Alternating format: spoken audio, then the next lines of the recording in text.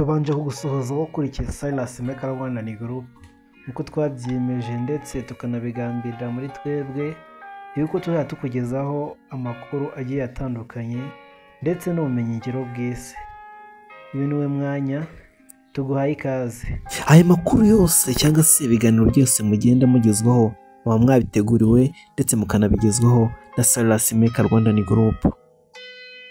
Urebye kuri iyi foto iri kuri screen yawe urabonamo amagambo cyangwa se amazina menshi cyane agiye atandukanye. Urabonamo Mariam, ba Jacob Sophia, urabonamo Isabelle, Emma, Emile, urabonamo n'andi menshi cyane. Nkuko twiyemeje kugezaho ibisobanuro by'aya mazina yombi ndetse n'ayandi yose atabasha kugaragazwa kuri screen. Iyi si dutuyeho ituyeho amamiliyoni menshi y'abantu, kandi muri aba bantu bahatuye bose niko bafite amazina. Mu mazina ya buri muntu abenshi cyane bagiye bafite amazina arenze rimwe ndetse bakagira izina rimwe n'irindi cyangwa se andi yiyongeraho dukunze kwita izina ry'Ikristo.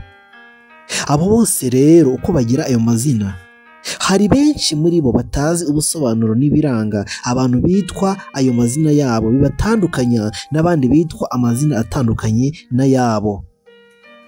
Uyu munsi wa none rero niyo mpamvu twateguye ikiganiro kugira ngo tukugezeho ibyo byose. Izina Aime ni izina rituruka mu Kilatini rivuga umukundwa.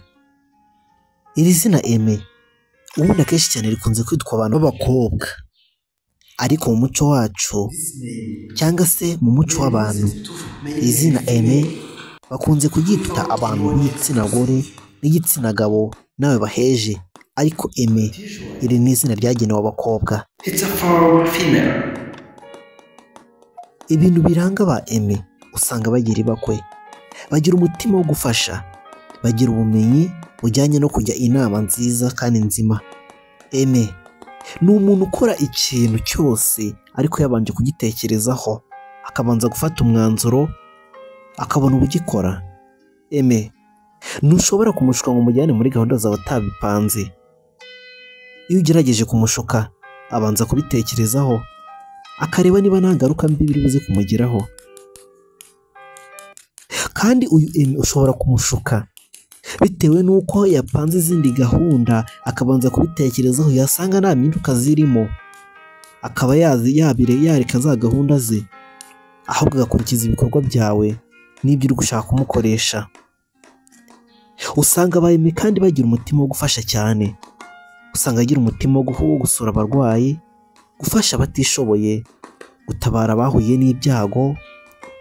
Kandi nk'uko iri zina Aime risobanura umukundwa, benshi cyane bakunda kurikoresha baribwira abakunzi babo avuga ati je t'aime, cyangwa se avuga ati moi Aime, avuga ati mukundwa, mukunzi, rukundo rwanjye. Iri zina Aime ukimara kumva umukunzi cyangwa se umukundwa uhita utekereza imyitwarire n'imico yakwiye kugaragazwa n'uwo muntu. Aba ari inyangamugayo pe, akugira inama nzima yubaka, agira ibitekerezo bizima ndetse n'umutima w'urukundo.